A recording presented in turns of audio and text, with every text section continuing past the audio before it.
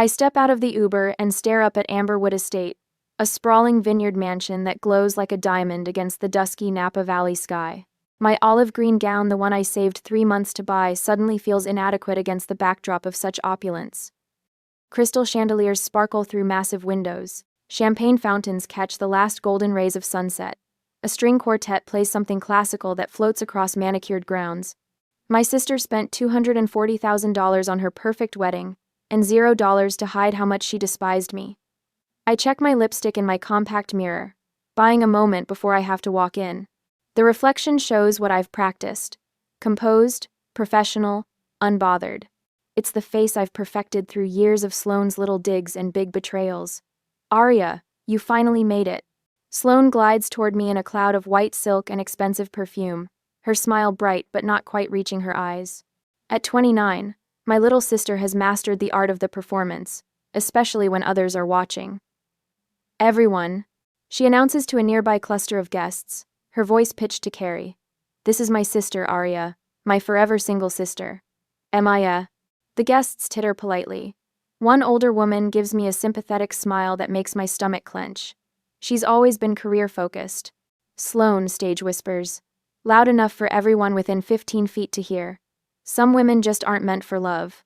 So, I swallow the retort rising in my throat and force a smile. Congratulations, Sloane. Everything looks beautiful. The hostess directs me to my assigned seat. Table 14, tucked beside swinging kitchen doors where servers rush in and out.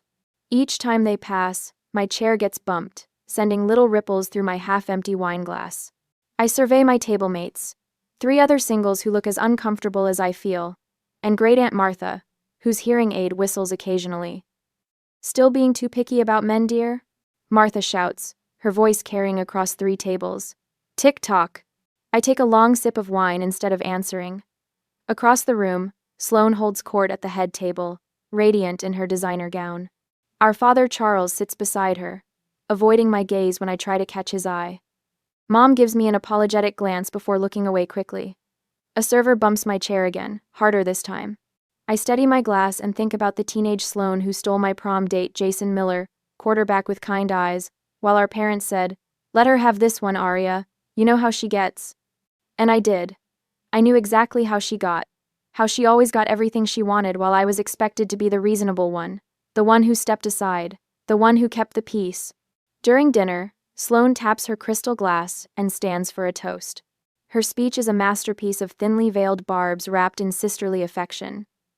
To my big sister, who's always been my role model, she says, raising her glass in my direction. Aria, who is so married to her career she forgot to find a husband.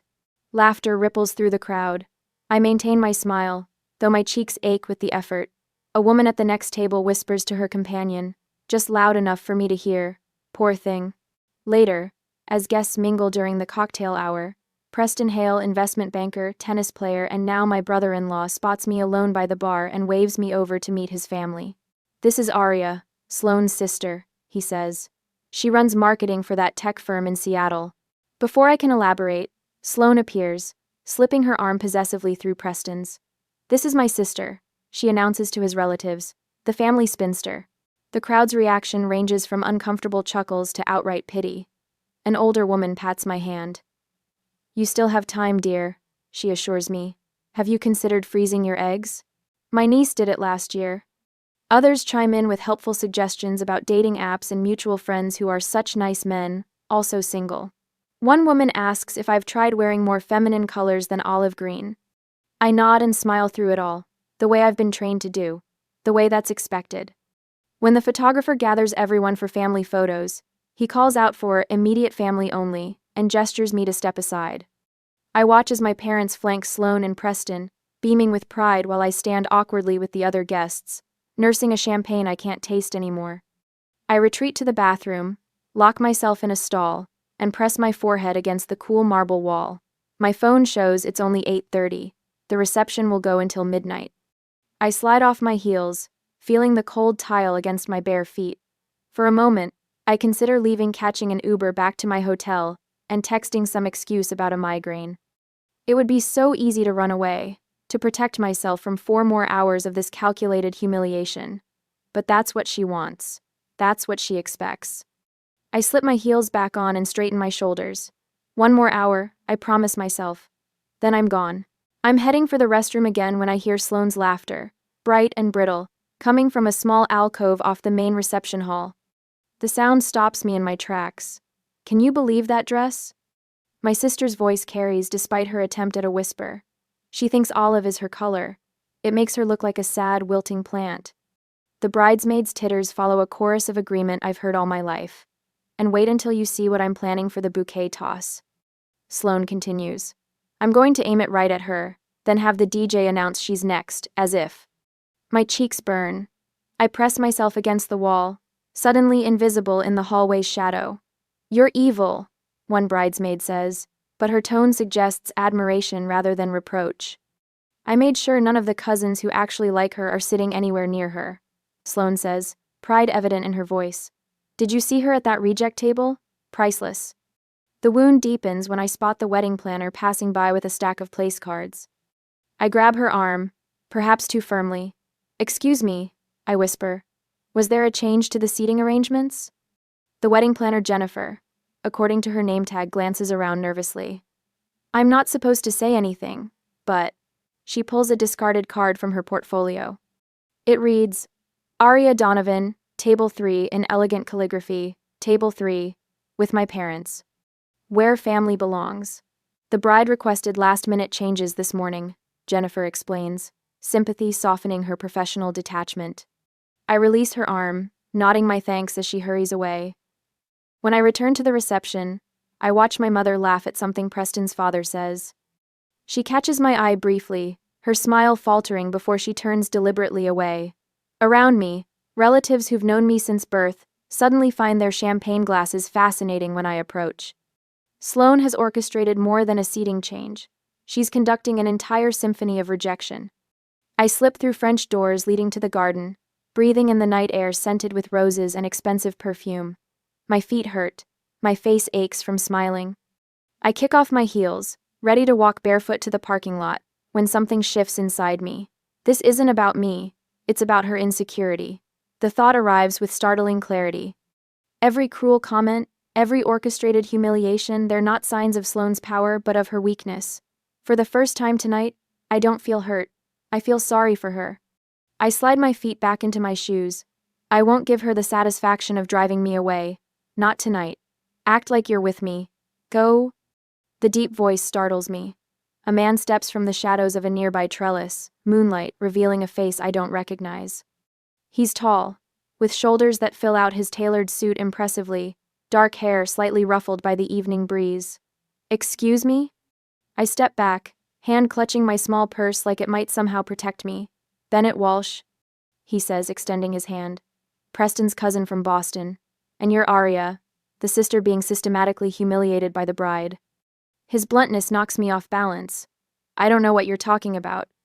I was having a smoke behind the rose garden when I overheard your sister talking to some of Preston's college friends. Bennett's expression hardens. She was describing in detail how she's been isolating you all evening. It was, he pauses, searching for the right word. Calculated. And you're telling me this because? Because no one should be treated that way, he says simply, especially by family. Something in his directness disarms me, but pride makes me lift my chin. I don't need rescuing. A smile tugs at the corner of his mouth. It's not rescue, it's justice. Big difference. Bennett studies me for a moment. Look, I'm not suggesting we storm the castle or make a scene. Just walk back in with me. Let people see you're not alone or defeated. Small victories. I consider his offer, weighing my options. Walking away would be easier. Safer. But the thought of Sloane's satisfaction when she realizes I've fled makes something stubborn flare in my chest.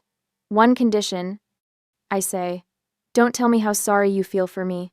I've had enough pity for one night. Wouldn't dream of it. The respect in his eyes feels unfamiliar but welcome. Ready? Bennett offers his arm, and after a moment's hesitation, I take it. His hand comes to rest respectfully at the small of my back as we approach the doors leading back to the reception. The warmth of his palm through the thin fabric of my dress steadies me in a way I hadn't expected. We enter together, and the shift in the room is subtle but immediate. Heads turn. Conversations pause. Sloane, holding court near the gift table, falters mid-sentence when she spots us. The cost of this moment hits me as we move through the crowd. I'm trusting a stranger when trust doesn't come easily. I'm playing a game I never wanted to join. But the confused expressions around us, the subtle recalculation happening behind curious eyes, there's a victory in that. It's small. It's costly.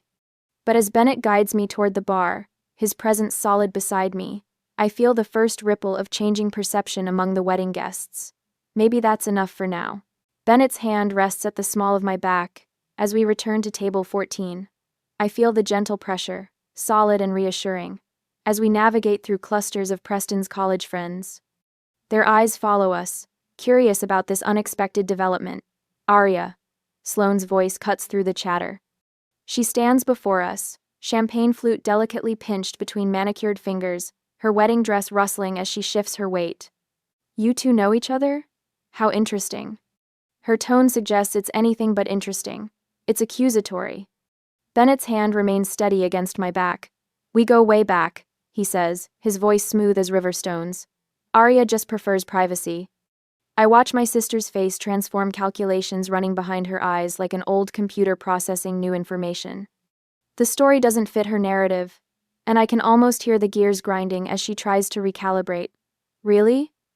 Sloane tilts her head, pearl earrings catching the chandelier light. Funny how you've never mentioned Bennett before. She turns to him with a brittle smile. And you've never mentioned my sister. Some connections don't need announcing, Bennett replies, pulling out my chair. As I settle at the table, Sloane leans closer, her perfume too strong, too sweet. When exactly did you two meet? Before I can answer, the DJ's voice booms through speakers. Ladies and gentlemen, in 15 minutes we'll have a special bouquet toss for all the single ladies. He pauses dramatically. Especially Aria Donovan. Where are you, Aria? Let's get you ready to catch that bouquet. A spotlight swings wildly around the room until it finds me. Guests turn, some smiling, others whispering. The heat of embarrassment crawls up my neck. Sloane straightens, victorious, and floats away toward Preston. My mother appears at my elbow, her silk dress the color of weak tea. Don't make a scene, dear, she whispers. It's her special day. After 33 years, I know the script by heart. Swallow the humiliation, keep the peace, be reasonable. I won't, Mom, I say, not looking up. Mother squeezes my shoulder and disappears back to the family table. Your mother seems concerned, Bennett observes, his voice low enough that only I can hear. She's always concerned about the wrong things, I reply, surprising myself with the candor. Bennett leans closer. Tell me about your work in Seattle. Marketing strategy, right? The question feels like a lifeline. For the next 10 minutes, we talk about digital campaigns and brand positioning. Bennett asks intelligent questions about market segmentation. I share anecdotes about difficult clients. Our conversation flows effortlessly, without the awkward pauses that usually plague my interactions with strangers. That analytics approach is brilliant, he says after I describe a particularly successful campaign. Most firms are still using outdated metrics. A woman in her 60s stops by our table, her silver hair swept into an elegant updo. Bennett, darling, she says. Aren't you going to introduce me to your friend? Mrs. Hathaway. Bennett stands. This is Aria Donovan. Aria, Eleanor Hathaway sits on the board of Westbrook Foundation with my father. I extend my hand, but Mrs. Hathaway pulls me into a light embrace instead. Any friend of Bennett's is a friend of mine, she says, her eyes twinkling with genuine warmth. How long have you two known each other? The question hangs between us, a test. Bennett and I reconnected recently, I say, the words coming easily. Not quite a lie, not quite the truth. It was unexpected but perfectly timed. Mrs. Hathaway pats my arm. The best things usually are, my dear. As she moves away, two more of Preston's relatives approach, then a college friend of Bennett's. With each introduction, I feel my confidence growing. The story of our connection becomes more natural with each telling. Guests who had earlier avoided eye contact now seek me out. Bennett's hand occasionally brushes mine, nothing inappropriate, just enough to signal unity. I realize with startling clarity, I can rewrite this narrative without Sloane's permission. The DJ's voice interrupts again. Time for the bouquet toss, ladies. All single women to the dance floor. The spotlight finds me again, more deliberately this time. Conversations pause as everyone watches, waiting to see if I'll participate in this ritual of public scrutiny. I rise slowly, smoothing my olive dress. Bennett's eyes meet mine, a silent question. "I'll be fine," I say, though we both know it's not true. The dance floor clears except for a semicircle of single women, most in their 20s, giggling and shoving each other playfully. I stand slightly apart, aware of the contrast. Sloane takes her position, back turned to us, bouquet raised. "Ready, ladies?" the DJ calls. 1, 2. Sloane spins around suddenly, her eyes locking on mine. The smile on her face turns predatory as she draws her arm back and throws. The bouquet arcs through the air, not toward the group of eager women, but directly at my face. Before I can react, Bennett steps forward. With the casual grace of a former athlete, he catches the bouquet inches from my nose. Gasps ripple through the crowd. Sloane's mouth opens in shock. Bennett turns to me, offering the flowers with a small bow. "They're your favorite, aren't they?" he says loudly enough for nearby guests to hear. "Peonies and garden roses." I accept the bouquet, fighting the urge to laugh at Sloane's expression, a perfect mixture of fury and disbelief. The crowd breaks into spontaneous applause. Someone whistles. The spotlight swings away, searching for the next moment of entertainment. 2 cousins from my mother's side approach our table, both smiling genuinely. "Aria, we've been looking for you all night," says the older one, Vanessa. "Your table is so far from everyone." "Eh?" "Not anymore," says the younger cousin, Michelle, sliding into an empty chair beside me. "Tell us about Seattle." Tell us about Seattle. As we chat, I notice Preston's grandmother, a formidable woman in her 80s, with a reputation for bluntness, making her way toward us. She settles her substantial frame into a chair across from me. "So, you're Charles's older girl," she states, adjusting her hearing aid. About time someone in this family showed some sense. The wedding planner hurries over, looking flustered. "Miss Donovan," she whispers, "I've moved your place card to table 3 for dessert." "With your parents." She glances around nervously. "It was a mistake. The original seating chart had you there." Bennett rises to greet 2 men in expensive suits. "Aria," he says, "these are my colleagues from Westbrook Capital. They've been interested in expanding their marketing reach in the Pacific Northwest." He turns to them with unexpected pride in his voice. Aria is a brilliant strategist. Her campaign for TechSync increased their market share by 22% last quarter. The men look suitably impressed. One hands me his card. For the first time since arriving at Amberwood Estate, I feel a genuine smile form on my lips. I'm not actually alone here. I never was. The orchestra begins playing for the couple's first dance. Bennett extends his hand. "May I?" On the dance floor, Bennett's lead is confident but unassuming. We move well together, as if we've done this before. I glimpse Sloane watching from the edge of the dance floor, her expression darkening as Preston's relatives nod approvingly in our direction. Halfway through the song, Sloane cuts in, her white dress billowing as she steps between us. "Mind if I borrow your date?" she asks, not waiting for an answer before placing her hand on Bennett's shoulder. Bennett steps back, creating space between them. His voice carries just enough to reach nearby dancers. "You've spent all evening embarrassing your sister. Maybe let her enjoy this one dance." Collapsed. Gasps rise from the couples around us. Preston hurries over, his face flushed beneath his carefully groomed beard. "Sloane, honey, your father wants to speak with you," he says, taking her elbow. Sloane's face contorts with frustration. She opens her mouth to object, then seems to remember where she is. With visible effort, she composes herself and allows Preston to lead her away. I remain standing tall, my breathing steady, my expression neutral. I don't gloat. I don't need to. Around us, the music continues. Couples resume dancing, but I notice the glances sympathetic, approving, curious now, directed at me instead of my sister. Later, over cake at table 3, Bennett and I refine our story. We reconnected at a marketing conference in Chicago last month. We've been talking regularly since then. It's new, but promising. "It's remarkable how easily you fit into this chaos," I say quietly as my father discusses golf with Preston's uncle. "Good partnerships often form under pressure," Bennett replies, his fork capturing a bite of raspberry-filled wedding cake. I notice Preston's family members now greet me with genuine interest. My mother Margaret approaches hesitantly, her fingers twisting her napkin. Aria, she says. I should have checked the seating arrangements. I just assumed. She trails off, unable to finish the sentence. It's fine, Mom, I say, not because it is, but because this isn't the time or place for that conversation. The DJ's voice interrupts again. Gentlemen, it's time for the garter toss. All single men to the dance floor. Bennett squeezes my hand under the table.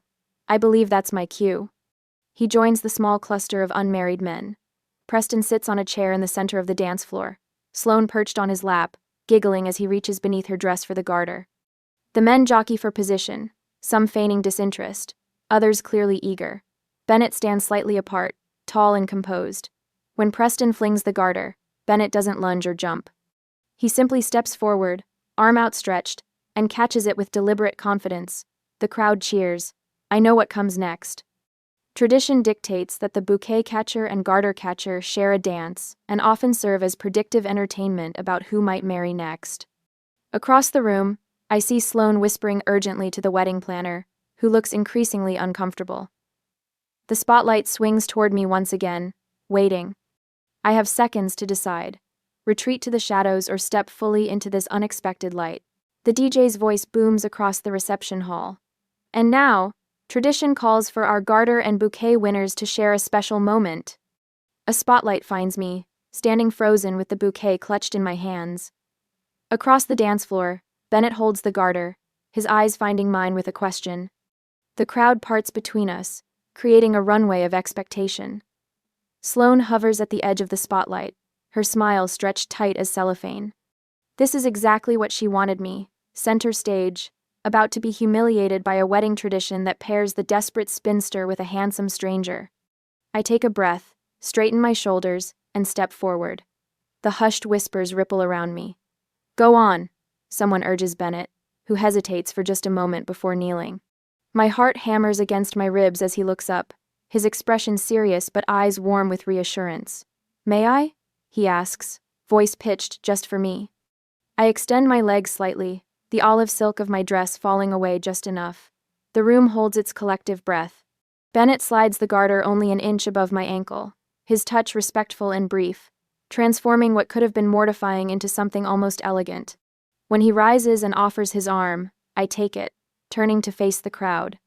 Together we bow slightly, as if we'd rehearsed this moment for weeks. Applause breaks out, not the uncomfortable kind but genuine appreciation. Preston's Aunt Margaret, dripping in heirloom pearls and old money, catches my eye and nods approvingly. Two of her friends whisper behind their hands, their gazes following me as Bennett leads me off the dance floor. You handled that beautifully, Bennett murmurs, his hand warm against the small of my back. We handled it, I correct him, matching his quiet tone. The moment shatters when Sloane's voice cuts through the music. Attention everyone, I'd like to make an impromptu toast to my sister. The wedding planner frowns, checking her clipboard. This isn't on the schedule. Sloane grabs a microphone, her diamond bracelet catching the light. You know, watching Aria catch that bouquet reminded me of all her past relationships. Her laugh sounds like breaking glass. Remember Tom from college? He broke up with her because what was it, Aria? Too intense about her career? My stomach drops. Every failed relationship, every private heartbreak, laid out like appetizers. Or Michael, who couldn't handle her rigid schedules. Or David, who said she was emotionally unavailable. Sloane surveys the crowd, enjoying their uncomfortable silence. My sister has always been particular. But that's what makes her Aria, right? To my sister, may she find someone someday who truly understands her quirks. Our father Charles laughs awkwardly, the sound hanging in the air like smoke. Mom squeezes my hand under the table, a silent apology that comes 33 years too late. I feel Bennett tense beside me, ready to intervene. I touch his arm lightly, stopping him. This is my battle. I stand, taking the glass of champagne a server has just poured. The room grows quiet. Thank you, Sloane, for those thoughtful words. My voice comes out steady, surprising even me. It's true. I have had my share of relationships that didn't work out. That's how we learn what we deserve. I pause, letting the words settle. To Sloane and Preston, may your marriage reflect the kindness and consideration you show others. I raise my glass, and the room follows, though several guests exchange glances. Those who understood the double edge of my toast hide smiles behind their glasses. Those who didn't simply nod along, but the message lands where it matters. Sloane's smile falters for a fraction of a second before she recovers, clutching Preston's arm a little too tightly. Later, as Bennett guides me around the dance floor, his hand rests lightly on my waist. "That was remarkable," he says. "You didn't let her make you cruel. That takes strength." I consider this. It would have been easier to match her, punch for punch. But not better. No, I agree, suddenly understanding something I've been missing all these years. My whole life, I thought the choice was between being a doormat or becoming like her. I never saw the third option. Which is standing my ground without becoming the thing I hate. The revelation settles into my bones, straightening my spine. My power isn't in making her small. It's in refusing to play her game. The song ends, but before we can continue, Sloane materializes beside us, her wedding gown rustling like angry whispers. "The photographer wants some sisters-only photos," she announces, already reaching for my arm. "By the fountain. Right now." I recognize the tactic: isolation. Away from the protective buffer of witnesses, away from Bennett. But we're not in the school playground anymore, and this isn't 15 years ago when I would have obediently followed. "Actually," I begin, but Sloane cuts me off. "It's my wedding day, Aria. One photo won't kill you." The guests nearby watch this exchange, no longer pretending not to listen. Sloane's desperation is becoming obvious, her composure cracking like thin ice. Preston appears beside her, his hand coming to rest on her shoulder. "Honey, maybe we should greet the Andersons. They've been waiting to congratulate us." Sloane shrugs him off. "In a minute. This is important." "Sloane," our mother says, approaching with uncharacteristic firmness. "That's enough for tonight." Sloane's eyes widen in shock. Margaret Donovan has never said no to her youngest daughter, not once in 29 years. The shift is subtle but unmistakable. Like water seeking a new course, the evening's energy redirects. Two of Sloane's college friends approach me with questions about Seattle. Preston's mother, elegant in silver chiffon, invites me to the family brunch tomorrow. The wedding planner consults me about the timing of the cake cutting. Bennett stays close without hovering, his presence a warm anchor through it all. When he excuses himself to get drinks, Sloane's maid of honor leans in to ask about my marketing firm. By the time Bennett returns, I'm surrounded by people genuinely interested in my answers. Across the room, Sloane stands alone for the first time all evening. Her perfect makeup is smudged at the corners of her eyes, frustration seeping through the cracks of her composure. Two bridesmaids exchange concerned glances as they watch her down a glass of champagne. Preston takes her aside, his head bent close to hers, whispering urgently. She shakes her head once, twice, then nods reluctantly. Mom approaches me, her fingers twisting her wedding band the way she does when she's nervous. "Aria, she begins, then stops. I should have said something sooner. Not just tonight, all these years." Before I can respond, Dad appears, rocking back on his heels the way he does when he's uncomfortable. "Your sister's just high-strung today," he offers, the familiar excuse falling flat against the evening's revelations. I look past him to where Sloane stands, her white gown gleaming under the chandeliers. For the first time, I see her clearly not as the sister who torments me, but as someone so afraid of being overlooked that she'll destroy anyone who might outshine her. And in that moment, I realize I'm free. The evening winds down like a music box losing momentum. Couples drift from the dance floor, high heels are abandoned under tables, and the air smells of cake and fading perfume. I watch it all from a quiet corner, savoring the sweet taste of reclaimed dignity when Sloane appears beside me, her wedding dress whispering against the floor. "Aria." Her voice softens to a tone I haven't heard since we were girls sharing bedroom secrets. "Let's put this behind us. Family comes first, right?" I study her face, the calculated vulnerability, the practiced tilt of her head. The same performance that's worked on me 1,000 times before. "We should talk, just us sisters." She touches my arm. "Girl talk with my sister." Preston understands. Her words hang between us like sponge sugar sweet, fragile, and ultimately empty. Before I can respond, Dad appears at her elbow. "Aria, honey." He clears his throat. "Maybe smooth things over for the family photos? The photographer wants a few more of you girls together." Mom hovers behind him, her eyes pleading. Just forgive her, she whispers. You know how she gets. The familiar weight of expectation settles on my shoulders. Relatives watch from nearby tables, their attention a physical pressure. Will Aria cause a scene? Will she ruin Sloane's perfect night? 20 years of conditioning pushes me toward the path of least resistance. The wedding planner's voice cuts through the tension. Ladies and gentlemen, we'll be having the last dance of the evening in 5 minutes. Sloane's fingers tighten around my wrist. Come on, we need sister pictures before Bennett whisks you away. Bennett. The thought of him steadies me, but he's nowhere to be seen. Across the room, Preston's father has cornered him in what looks like an intense business discussion. His eyes meet mine, briefly apologetic before returning to the conversation. Perfect timing, Sloane says, following my gaze. Let's go while he's busy. She pulls me toward the waiting photographer, who positions us against the backdrop of twinkling lights. Sloane drapes her arm around my waist, her smile dazzling. The camera clicks. Another, she commands, closer this time. I feel myself slipping back into the old pattern, accommodating, appeasing, disappearing. The decision crystallizes in my mind like ice forming on a pond. I'm happy to take one photo, I say, my voice quiet but firm. Then I need to find my date. Sloane's smile falters. But we've barely had any sister pictures. Last dance of the evening, everyone. The DJ's announcement booms across the reception. I turn away from Sloane mid-sentence, heart hammering against my ribs. The crowd shifts, couples moving toward the dance floor. For a moment, I stand alone, uncertain. Then Bennett is there, hand extended, appearing exactly when needed, like the final piece of a puzzle clicking into place. May I? He asks. Relief washes through me. Yes. We move toward the dance floor as the first notes of "At Last" fill the air.